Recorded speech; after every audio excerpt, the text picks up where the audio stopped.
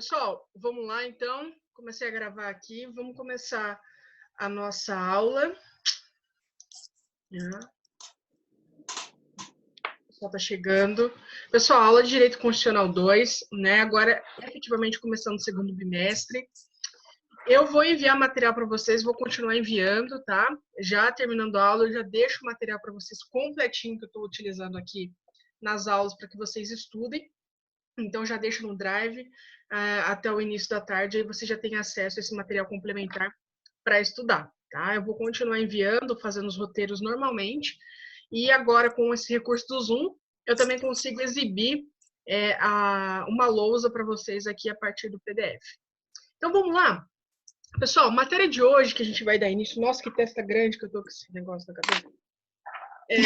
A gente vai dar início à questão da competência constitucional, né? Competência constitucional. Qual que é aqui? Veja o percurso que a gente veio fazendo até aqui. Nós falamos sobre a questão da federação, falamos da formação, falamos das características lá de união, estados, municípios e assim por diante. E uma das características centrais da nossa federação é essa repartição de competências. E a gente precisa entender como é que ela funciona. Como é que a nossa Constituição ela dispôs sobre o que cada ente pode fazer ou não. O que a União pode desenvolver, o que o Estado pode desenvolver, o que o município pode desenvolver ou não.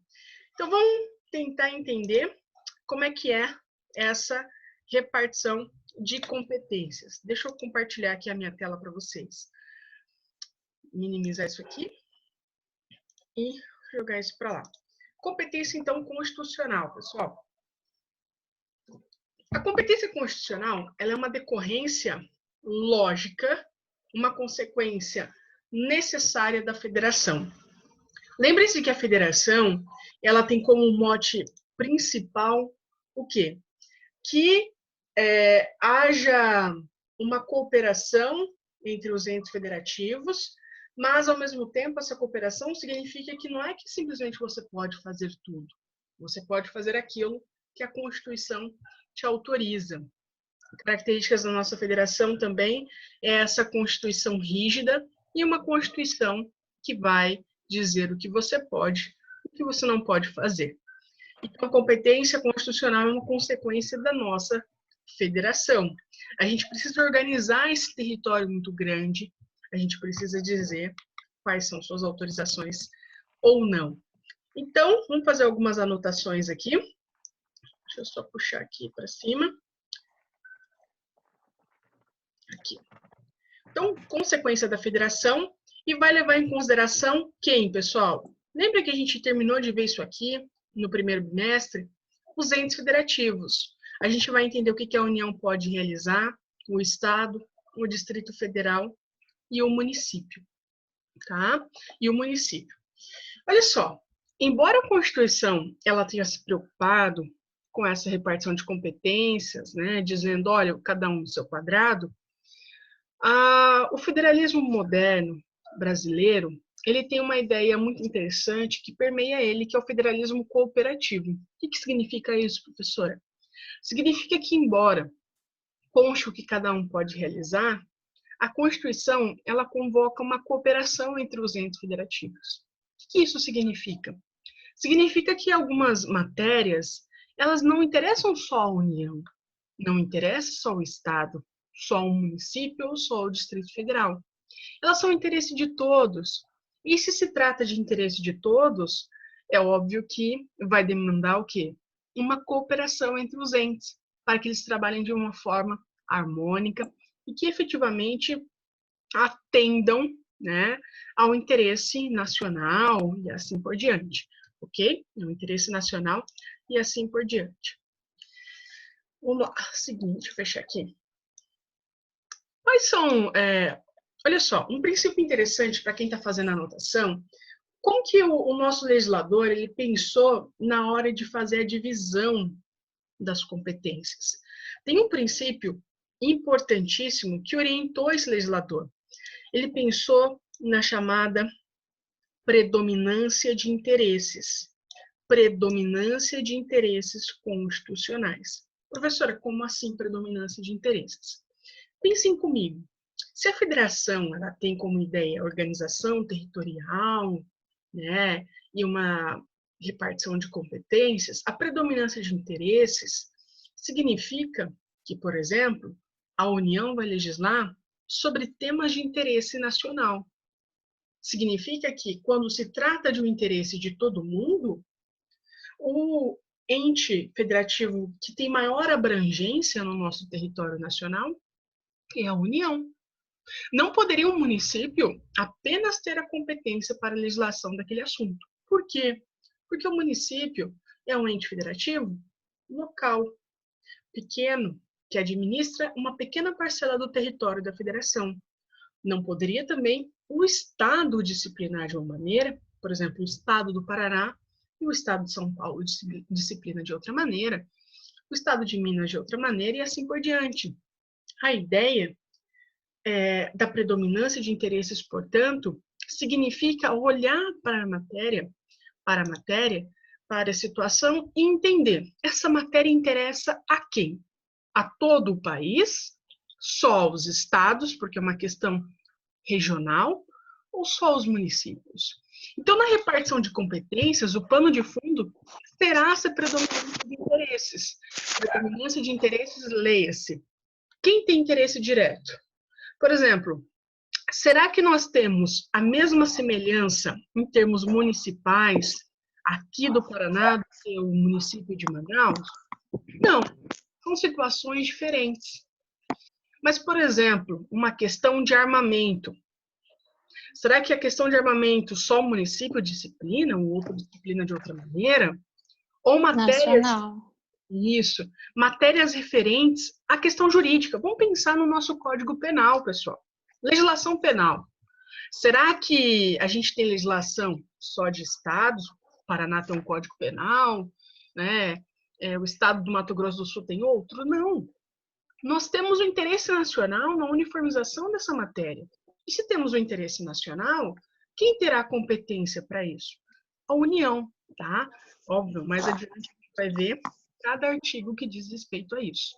Então, a primeira lição básica, né, o princípio norteador da repartição de competências é a chamada predominância de interesses. Leia-se, eu preciso olhar para a matéria, para o assunto e para a questão e entender quem diretamente deve disciplinar. E aí eu preciso olhar a afetação dessa matéria. Ou seja, só o município será afetado? Só o Estado? Ou será que essa afetação, na verdade, ela é nacional? E a partir disso, o legislador ele vai conseguir encaixar qual ente federativo terá competência para aquilo. Beleza? Vamos seguir. Então, olha aqui o esquema que eu fiz para ficar um pouquinho, para vocês visualizarem. Olha só, esse é o esquema de competências da nossa federação. Como é que ele se orientou na hora de repartir? Então, aqui é a repartição de competências constitucional, princípio que orienta, predominância de interesses. Vamos para os nossos entes em espécie. Pessoal, vamos lá lembrar que o território não entra nessa matemática. O território não tem autonomia, não é ente federativo. A União, então, ela fica a cargo do quê? Matérias de interesse nacional. O Estado, matérias de interesse regional. O Distrito Federal é aquele ente federativo que tem uma característica muito peculiar. Ele se comporta tanto quanto Estado e quanto município. Portanto, ele vai somar as competências estaduais e municipais. Beleza? Então, o Distrito Federal ele vai ter aqui uma competência híbrida, que nós chamamos. E os municípios, eles têm a disciplina das matérias de interesse locais. Nós veremos alguns exemplos, tá? Mais adiante, a questão dos bancos, fila de banco, transporte intermunicipal, que eu separei para vocês, que são temas que realmente pegam conosco, tá? Pessoal, esse esquema de competências aqui, ele tá realmente um tema fervendo no momento, tá? Parece que constitucional às vezes parece distante, mas ele está a todo momento nos afetando. Para quem acompanhou o início da pandemia, sabe do que eu estou falando, aquele problema de fecha comércio, não fecha comércio, tem toque de recolher, não tem toque de recolher, vai ter lockdown, enfim. E a gente ficou se debatendo nisso. A União, ela começou a questionar a competência dos estados para fazer esse tipo de coisa. Falou, ó, o estado ele não tem competência para isso. Conversa vai, foi parar no Supremo, e o Supremo teve que decidir. O Supremo entendeu que, como se trata de matéria de saúde, né, a questão da pandemia, e o nosso artigo 23, ali, ele vai falar que é competência comum, já vou explicar o que é uma competência comum, mas, em termos gerais, significa que todo mundo aqui, ó, Estado, Distrito Federal, União e município podem legislar e administrar, compete a todo mundo. E se o município e o Estado, na verdade, a ideia de fechar o comércio e proteger a saúde, eles teriam a chamada autorização para tanto. Tá? Então, percebam que essa matéria ela nos afeta diretamente, sim. Não é enfeite. Então, vamos seguir o esquema geral. Isso aqui vai ser disponibilizado para vocês depois, tá? Com tranquilidade, vocês terão acesso para revisar a nossa aula. Olha aqui, em termos gerais, como é que funcionam as competências. Nós temos competências legislativas. O que é competência legislativa? É para edição de lei mesmo, edição de norma, como o próprio nome diz, edição de normas, é a atividade legiferante que nós falamos, é a competência que se tem para edição, então, portanto, de normas. Temos a competência administrativa. O que são competências administrativas? São aquelas competências para decisões políticas que nós falamos. Como que eu administro o meu ente federativo, como é que isso vai ser disciplinado de uma maneira geral, de uma maneira nacional ou de uma maneira regional. E temos as competências tributárias, que eu não darei, não porque a professora está se negando, mas porque vocês verão em direito tributário, com toda a profundidade que requer competência tributária. O direito tributário é um filhote do direito constitucional. A senhora já não vou gostar. Brincadeira. Pessoal, o direito tributário é um filhote porque ele depende, tá, do entendimento sobre o direito constitucional, de como funciona a repartição de competências. Por exemplo, todo ano a gente recebe uma cartinha. Não é a cartinha de Hogwarts, é a cartinha, né, do IPVA, do IPTU. O IPTU é um tributo o quê? Municipal. O IPVA é um tributo estadual. Então, tudo isso de entender quem pode cobrar o quê é uma decorrência lógica de competência constitucional. Tá? O que cada ente pode cobrar, isso decorre de repartição de competências. Mas isso fica para a matéria de direito tributário, que vocês terão, acho que no quarto ou quinto ano. Como é que são as técnicas de repartição de competências? Vamos entender como é que elas funcionam. Como é que a gente cria, como é que a gente estrutura a repartição de competências constitucionais? Nós temos duas técnicas, tá? A primeira delas é a chamada técnica horizontal. Essa técnica horizontal, ela tem como modelo inspirador um modelo americano. E esse modelo americano, ele parte do pressuposto de que a União pode isso e o Estado pode aquilo. Mas você não entra na minha zona de interferência. Você fica no teu quadrado e eu fico no meu quadrado. As matérias não se cruzam, elas são estanques. A União pode isso, o Estado pode aquilo, mas ninguém mete o bedelho na competência do outro. Então, nós temos repartições muito bem explícitas na técnica horizontal. Professora, eles não se misturam, então, o Estado e a União? Isso mesmo, Lucas. Não se mistura, tá? Ela vai dizer, a União pode tratar desses assuntos e os estados desses. Mas, por exemplo, uma questão de cooperação que existe no Brasil, que a gente vai ver, ela não entraria na técnica horizontal, porque os assuntos não se cruzam. Os assuntos ficam cada um no seu quadrado, tá? Não vai realmente se misturar, tá? Não vai se misturar. O modelo americano de Constituição, tá? Que eles têm isso muito delimitado, eles são bem rígidos em relação a isso. E aí já vou falar qual que é a técnica que o Brasil adota mais adiante. A segunda técnica é a chamada técnica vertical. A chamada técnica vertical. O que são essas técnicas verticais? Ao contrário da horizontal, que se preocupa em dizer o que você pode fazer, você só poderá aquilo, na técnica vertical a gente tem alguns níveis de interferência. Ou seja, os entes federativos, eles podem cooperar. Eles podem, a União pode tratar de um assunto e o Estado pode também tratar do mesmo assunto e o município também do mesmo assunto. Aí pode estar havendo uma confusão mental na nossa cabeça, né, professora? Mas como assim? Se a União pode, o Estado também pode, o município também pode, não vai dar problema? A Constituição também criou uma fórmula para que esse problema não exista, tá? Para que a União faça uma chamada norma geral, o Estado dê uma regulada e o município também, tá? Mas a ideia é que o assunto, vou te dar um exemplo, matéria ambiental. Matéria ambiental, que é um exemplo mais clássico de que uma matéria que vai afetar todo mundo, não dá para você dizer só a União. Por exemplo, às vezes a gente tem uma questão climática só nossa, que a gente precisa disciplinar de uma maneira diferente lá de outro local. E às vezes a União faz uma norma geral então para todo mundo, mas o Estado dá uma regulada e o município também. Então, a técnica vertical, ao contrário da horizontal, a técnica vertical, as competências, elas podem, eventualmente, caminhar no mesmo sentido. Vamos tratar do mesmo assunto. E isso, a doutrina vai chamar de condomínio legislativo, tá? É bem comum encontrar esse termo chamado condomínio legislativo.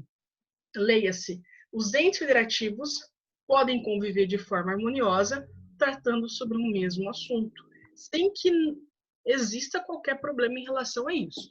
Mas, novamente, na hora que eu tratar das competências em espécie, vocês vão perceber que a Constituição não deixou isso solto. Tipo, eu faço uma coisa, o outro vai lá e faz outra.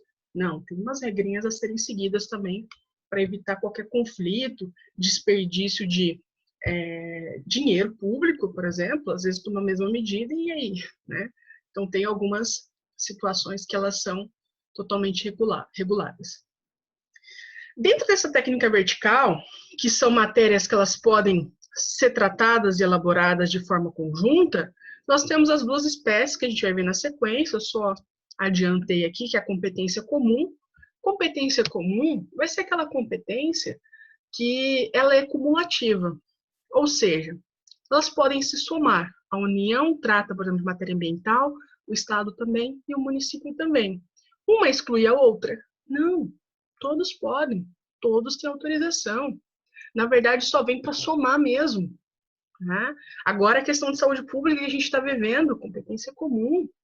Né? A União pode legislar, o Estado também, administrar, o município também, todo mundo aí está trabalhando de forma conjunta, não muito harmoniosa, né?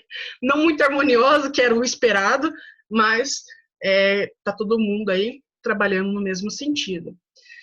E também a competência concorrente, que a gente vai ver na sequência, que são aquele tipo de competência em que a União faz uma norma geral, né? E o Estado ele vai disciplinar de forma regional, o município vai dar uma suplementada e assim por diante. Só para seguir aqui. Professora, Oi, pode perguntar, na concorrente, então, a União faz uma norma geral, mas o Estado, o distrito e os municípios, eles podem mudar alguma coisinha? Já vou falar sobre isso na espécie, porque aqui é só uma introdução, tá?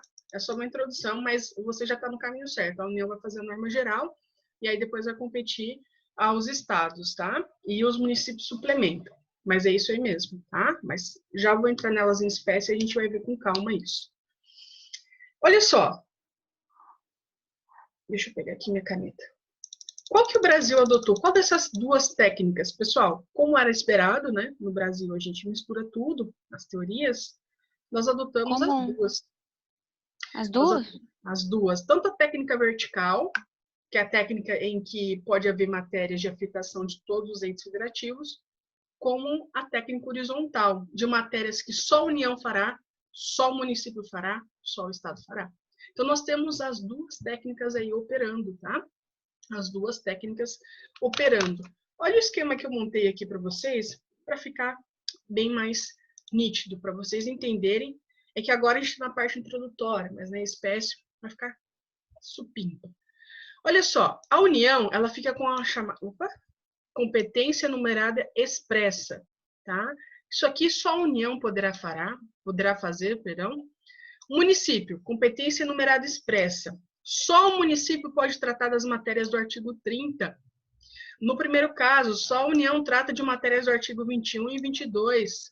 Distrito Federal, competência estadual, competência municipal. Estados.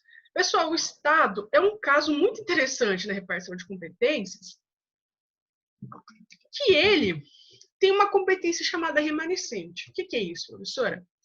O Estado ele ficou num vazio, que é o seguinte: a União tem matérias destinadas a ela, o município também, e o Estado vai legislar, vai administrar matérias que não competem ao município ou à União. Ou seja, o que sobrar, o que não tiver de competência da União e município, o Estado pode legislar. No final das contas, o Estado ele acabou ficando esvaziado. Né? Ele acabou ficando esvaziado porque a Constituição se preocupou muito com a União e o município na hora de disciplinar as competências. Então, o Estado ele tem competências remanescentes, não enumeradas, leia-se, não taxativas, não descritivas, tá? Depois, competência administrativa comum à União, aos Estados e ao Distrito Federal, são as matérias do artigo 23, já a gente vai pegar alguns casos lá enumerados no 23, e a competência legislativa concorrente entre a União, o Estado e o Distrito Federal. Pessoal, eu já vou adiantar que está ali embaixo, mas eu quero deixar uma observação aqui muito importante. Município não possui competência concorrente, tá? Exclamação, exclamação, exclamação. Município não possui competência concorrente aqui do artigo 24, tá? Não possui a chamada a competência concorrente do artigo 24. E a gente vai ver também na sequência sobre isso. Professor, por que você deu essa exclamação, colocou em vermelho? Porque isso é pegadinha de concurso. Eles vão te enfiar que o município tem competência concorrente. Não tem. Embora ele possa suplementar legislação estadual e federal, que a gente vai ver na sequência. Beleza? Mas guardem na cabeça, o município não vai ter competência concorrente. Professor, de onde você tirou isso? Opa, deixa eu limpar aqui, né? Que vem todos os desenhos. Porque o nosso artigo 24, o caput, tá? Olha o caput aqui, olha como a leitura da lei, né, ela é importante, compete à União, os estados e o Distrito Federal legislar concorrentemente sobre. Isso aqui é muito importante, pessoal. Veja que o município não entra nessa matemática. O município não está incluso no artigo 24, beleza? Não é da cabeça da professora, é da leitura da Constituição. O município não vai ter, então, legislação concorrente sobre essas matérias aqui, ó, que estão aqui, que a gente vai ver na sequência, ok? Deixa eu voltar aqui. Então, vamos lá. Vamos olhar agora as competências em espécie. Fizemos uma introdução, vocês perceberam que o princípio que vai orientar como se distribui essa competência diz respeito diretamente à predominância de interesses, leia-se, assuntos de interesse nacional ficará a cargo da União, ou seja, a gente precisa de uma disciplina geral, nacional, todo mundo precisa ter. Imagina vocês que fazem direito. Se, por exemplo, as matérias jurídicas, de maneira geral, elas fossem disciplinadas pelos estados. Você faz o curso no Paraná, vai advogar em Minas Gerais e você vai ter que se atualizar bastante para entender como é que funciona aquele sistema.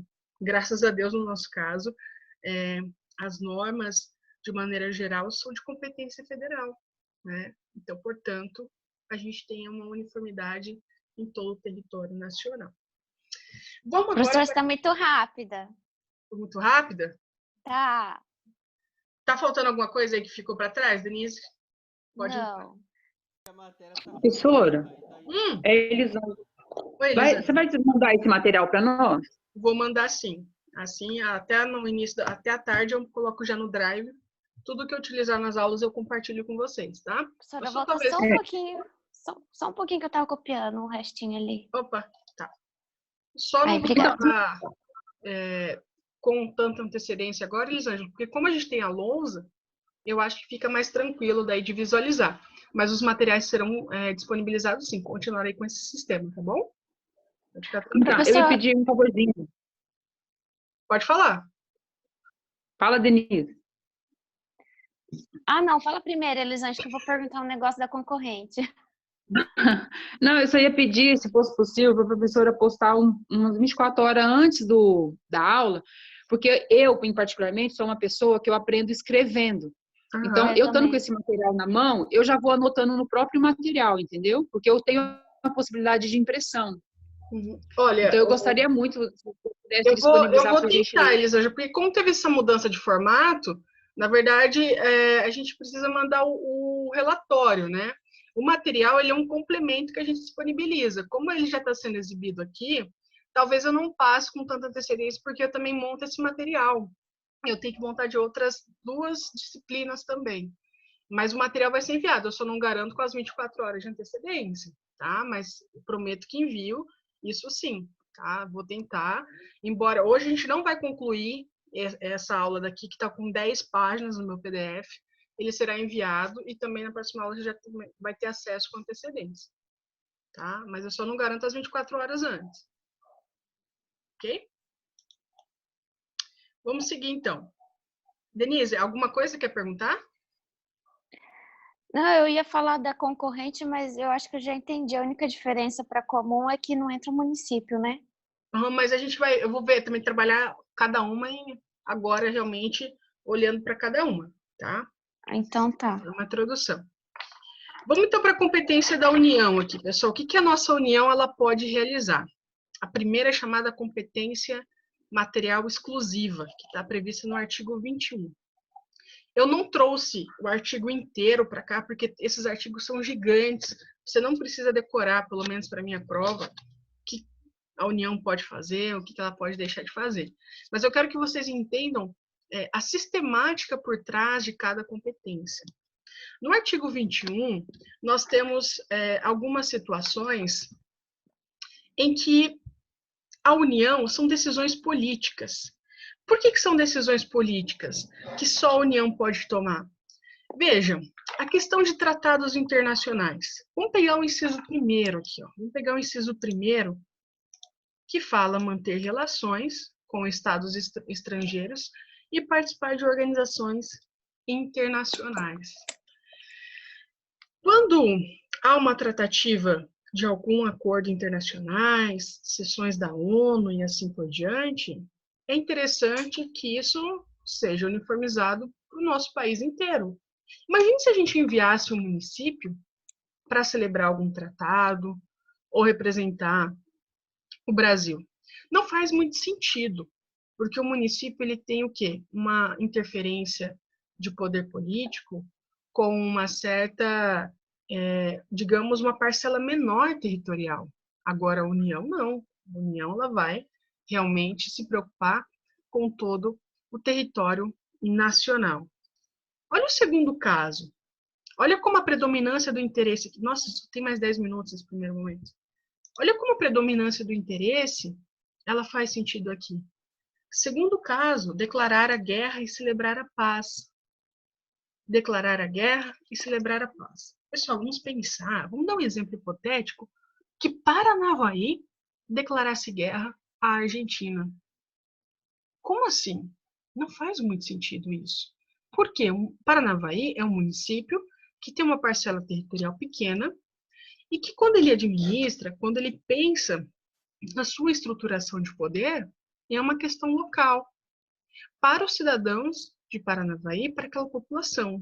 E aí, de repente, a gente admite que o município, que tem uma parcela muito reduzida de poder, declare guerra, né? Declare guerra em relação a outro país, então, na verdade, isso não tem como. Para que realmente a situação se formalize e se torne séria, tem que ser a União, porque a União tem uma preocupação nacional. Então, ela é quem terá competência para declarar guerra e celebrar paz, tá? Celebrar paz. Outros assuntos aqui também são de interesse da União, ou seja, de uma uniformização nacional. Vamos pegar aqui a declaração de estado de sítio, que a gente vai ver esse ano, acredito que nesse bimestre ainda, o estado de defesa e a intervenção federal. De uma forma muito breve, porque a gente não viu essa matéria ainda, são situações extraordinárias. Nós vimos ano passado esses Vocês viram? três. Sério? Quem lecionou para Uhum. vocês? Gutenberg.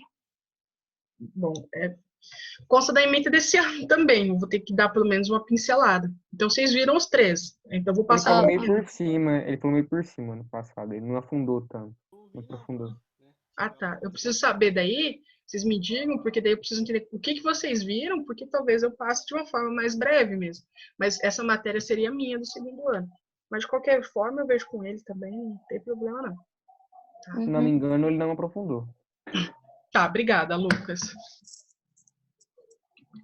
Mas essas são situações, essas três situações que você já tem uma noção, então, são situações extraordinárias que a gente vai, por exemplo, suspender garantias fundamentais, como aqui no estado de sítio, no estado de defesa, algumas, né? O estado de sítio é a forma mais severa de intervenção e suspensão de direitos e garantias. E a intervenção federal é a União intervindo em um estado para resguardar, restabelecer, por exemplo, uma questão de questões econômicas, questões de segurança pública, como nós vimos no Rio de Janeiro, em 2018, e também em Roraima, em 2018, no final de 2018, quando a gente estava com aquela crise muito severa de refugiados da Venezuela ingressando por aquele estado, beleza? Por aquele estado. Então, a gente vai ver tudo isso. Mas percebam que são matérias que eu não posso deixar ao município regular sobre o estado de sítio ou estado. Denise, está mais tranquila a forma como eu estava falando? Estava muito acelerada? Tava acelerado.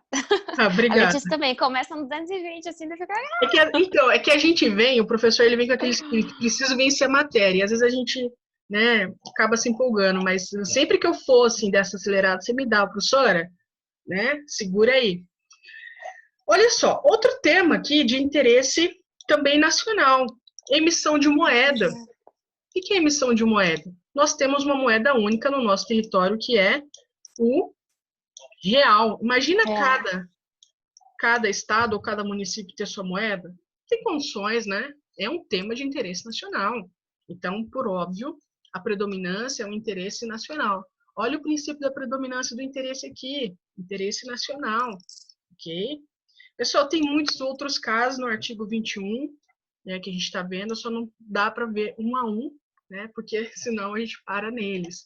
A ideia é que vocês entendam a estrutura por trás. Então, são assuntos de interesse nacional. É por isso que a União ficará a cargos dele. Então, o artigo 21, ele vai falar dessa competência de administração. Olha como que se inicia, os verbos aqui. Manter, declarar, permitir, decretar, autorizar, emitir, tá? Então, eles dão uma ideia do quê? Quando a gente tem esses verbos, eles nos passam um fazer. Ele pode fazer, ele pode agir, ok? Fala em fazer, fala em agir. É uma competência, portanto, de natureza administrativa. A União é que vai fazer esse negócio acontecer, ok? São interesses, são assuntos de interesse nacional, como eu acabei de dizer, e que demandam, então, uniformização. Leia-se, precisa-se do mesmo regramento no território nacional para todo o mundo. Não dá para deixar a cargo dos estados. Cada estado fazer de uma forma que está aqui. Por exemplo, vamos pegar o caso da emissão de moeda. eu deixo para que o Paraná imita a sua moeda, crie, sei lá, a moeda pé vermelho, ou São Paulo crie a sua moeda, Minas Gerais crie sua moeda, viraria uma bagunça. Não tem como acontecer. Então, são assuntos de interesse nacional. E se são assuntos de interesse nacional, precisam de uniformização. Ok?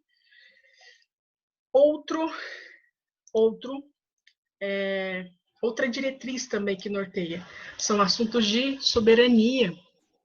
Olha o assunto de soberania aqui. Quando eu falo de declaração de guerra e participação de organizações internacionais com estados estrangeiros, isso é exercício de soberania, né? Eu estou colocando toda a minha federação na jogada. E a representação internacional da federação, tá? Da Federação da Soberania, olha só, representação. Não é a União que é soberana, é a federação como um todo, mas a União foi elegida. Ela foi elegida? Eleita, né, Andressa? Elegida do eu aqui. Eleita para a representação internacional. Então, toca diretamente numa soberania. E se toca em soberania, eu preciso fazer com que a minha federação trabalhe em conjunto. Tá? Em conjunto. Para fechar esse primeiro bloco, a característica central disso aqui, da competência material exclusiva da União, é que ela não pode ser delegada. Professor, como assim não pode ser delegado? O que isso quer dizer? Significa que a União, por exemplo, não pode abrir mão. Falar assim, olha, até que compete a mim, mas Estado, se você quiser fazer isso aí, pode fazer. Ele não pode. Ele não pode abrir mão desses poderes do artigo 21. Não pode delegar a nenhum outro ente federativo. União, você é responsável por isso e mais ninguém. Você não pode, então, delegar, abrir mão desse poder que a Constituição te deu. Por quê? Eu preciso de uma coesão nacional. E se eu preciso de uma coesão nacional, União, você foi escolhida para isso. E você não vai poder abrir mão. Beleza? Pessoal, então fechamos esse primeiro bloco. Tranquilo? Professora, só uma dúvida. Oi, Denise. Só uma dúvida. Quando você, lá em cima, se for competência material da União, aí existe uma formal ou não? É só Não, é só o termo mesmo? é só uma questão terminológica tá. mesmo. Não existe uma competência no sentido formal, não. É só em relação à questão de matéria mesmo, mais nesse sentido que trata, tá? Sim. A outra coisa aqui também, obrigada. que é um assunto de interesse nacional, é a autorização de autorizar e fiscalizar a produção de comércio bélico, né? Leia-se armamento, né? Armamento explosivo, tudo isso é material bélico, ok?